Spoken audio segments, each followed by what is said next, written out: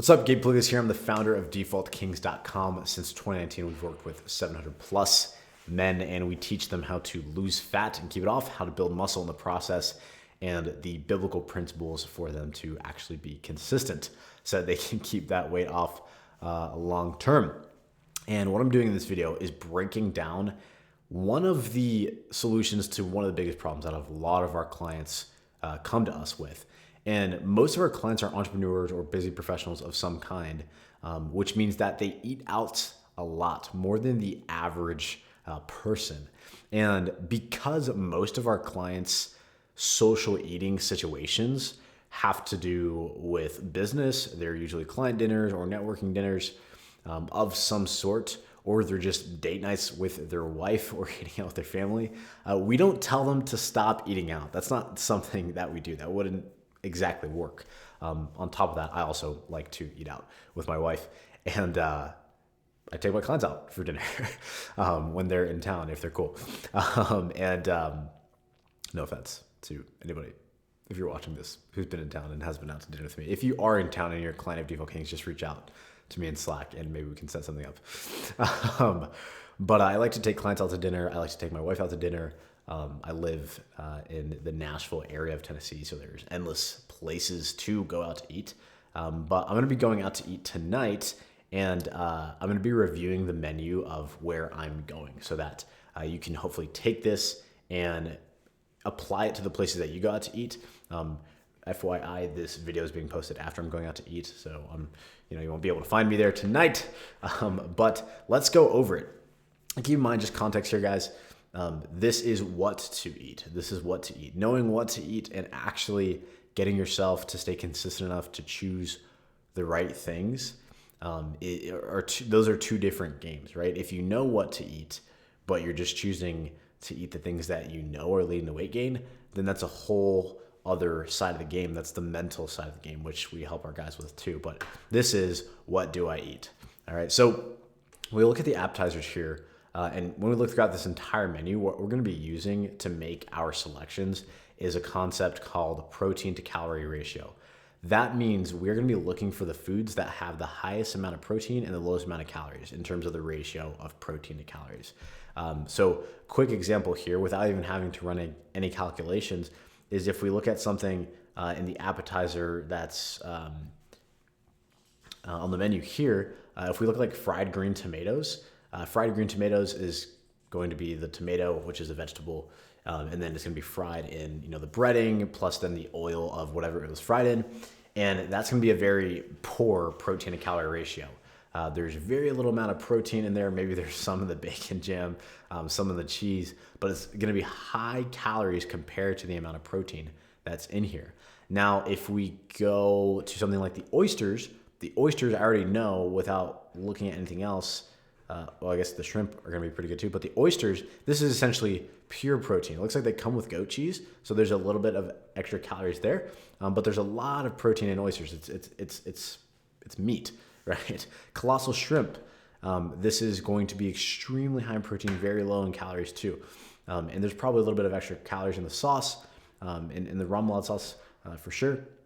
But these are things that I would look at, right? I would avoid things like this, low protein, high calorie. And I'd look for things like the oysters, right? I'd also look for things like the colossal shrimp, potentially even the filet on the saltstone here. Filet is usually a pretty lean cut of meat. So I'd look for the filet. I'd look for the colossal shrimp. I'd look for the oysters, Vanderbilt. I'd look for maybe the broiled oysters, depending on how they're cooked. Maybe the Australian Wagyu on the saltstone, although this is going to be relatively fatty cut of meat. I mean, this is probably still even better than the fried green tomatoes. I'd avoid the fried green tomatoes. I'd probably avoid the deviled eggs, even though there's protein in the eggs. The deviled eggs, they come with a bunch of extra stuff. I would maybe take the charcuterie, maybe not. This is like a maybe for me because the charcuterie comes with a lot of fatty meat, and fat is 9 calories per gram, whereas protein and carbs is 4 calories a gram. So I would maybe take the charcuterie. If I took the charcuterie, I'd be careful to stick to the meats and not overeat the meats. I'd be careful with the breads and the crackers and the extra sauces and whatnot. But definitely the oysters, definitely the colossal shrimp. most likely the filet on the salt stone, these things that are high protein, low calories, right? And I'd avoid things like this. I'd avoid the crab cake as well. There's a bunch of other crap in there. So that's what I would do there. Salads and soups. I personally don't like salads, so I just never eat them, but they are very filling for a low amount of calories if you don't put a bunch of extra crap on these salads. And so maybe the strawberry salad, I don't even have to really look at this. I'm not even going to go deep into this. My wife likes salads, so she gets them a lot. And what she does is she often asks for things like the cheese or the dressing on the side so that she can control how much actually goes on the salad. They usually dump way too much on there. That adds a ton of calories. If you just order the salad, that's going to fill you up, prevent you from overeating throughout the rest of the night. And then just ask for the soup and the thing that I just lost the word for, the dressing on the side. So you can control how much you put on there, right? Southern Comforts. So let's just look here. This looks like just their general meals. Duck, Brussels, and grits. Meatloaf, maple salmon, shrimp and grits, dinner, Wagyu, steakhouse burger, crab stuffed shrimp, vegetable plate, no. Seafood, pasta, pork shank, honeysuckle half chicken. So, excuse me. What I would probably avoid is, again, the high calorie stuff with low protein. Duck and grits. Maybe, maybe not. I'd probably ask how the duck is cooked.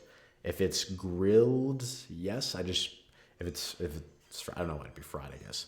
But I'd probably avoid this, honestly. Meatloaf, I'd avoid this. Even though meatloaf is going to be high in protein, it's probably going to be fatty-ish cuts of meat, right? Like with the pork, and it's this blend, and it's got all this other stuff in it. The maple salmon, now this is something I would look for because the salmon is going to be relatively lean. They're probably going to put sauce on it, like the bourbon maple glaze, so you want to account for that. But then you're getting sweet potatoes on the side, which are very filling, low in calories, generally speaking. And then you're getting carrots and arugula. That's a great option. Maple salmon, shrimp and grits dinner. Nothing wrong with the shrimp, but with the grits, the smoky Gouda grits, and whatever else is in there, probably adding a ton of unnecessary calories. The Wagyu burger.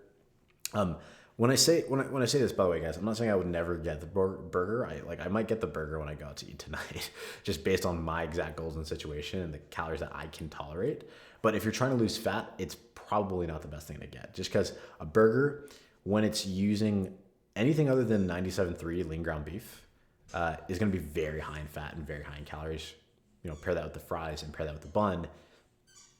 You're not in an advantageous position there. If you like burgers, I ate burgers for lunch every single day this week, literally, then just use lean ground beef. That cuts the calories almost in half, adds protein.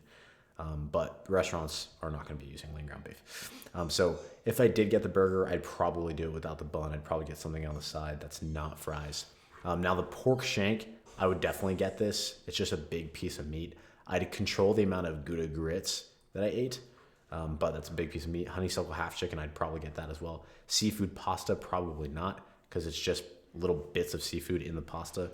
Vegetable plate, no.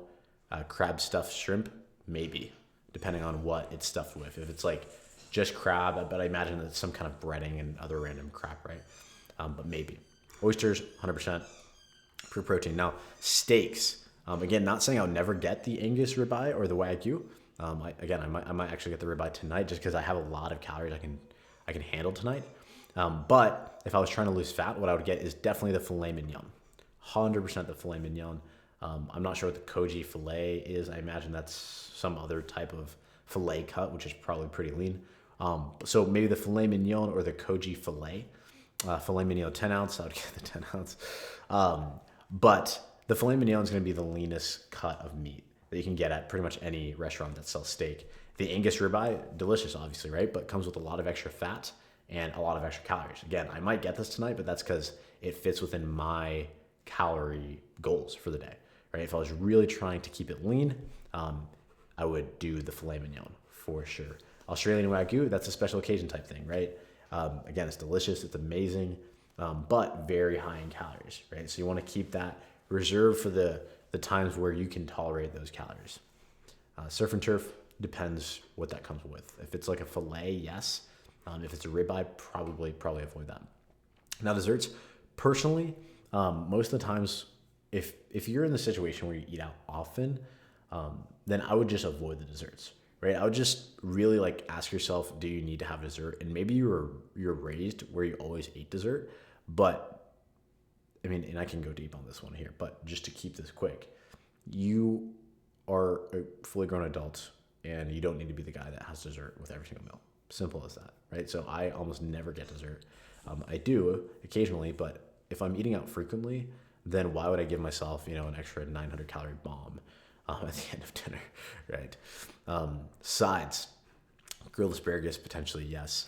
Sriracha Brussels, potentially yes. These are all vegetables, very filling, lowish in calories. Again, it's the same principle, and I'll wrap this up here because I've got to call with the client. But looking for things that are lower in calories, higher in protein, that's the big idea. Hope this helps. And remember, guys, that it's one thing to know what to order at these restaurants, lower in calories, higher in protein.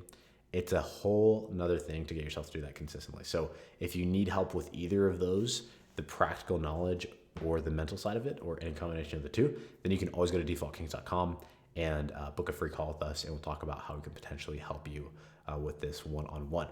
And that's it. Hope this helps. God bless.